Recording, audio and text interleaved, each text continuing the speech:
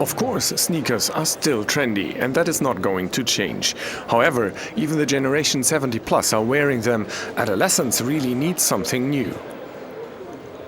I think when grandma and grandpa wear sneakers, especially the trendy kind, then of course it is inevitable that the young people want to wear something else. They have to, because they don't want to look like the old people, do they? Rebellion, and anyone over 50 knows this, is very well possible with cowboy boots. Anything goes, and the pointed trend footwear is also comfortable. Worn with jeans or dresses, not a problem.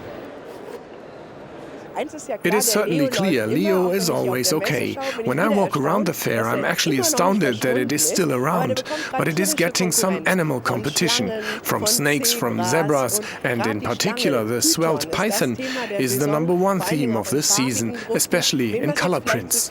And if that's too much for you and you say, hey, I'm not going to wear a western python boot, then you can try applications. Incidentally, at the gallery shoes, the experts are hoping for one trend in particular: more courage to sometimes wear more extravagant footwear. It doesn't always have to be normal.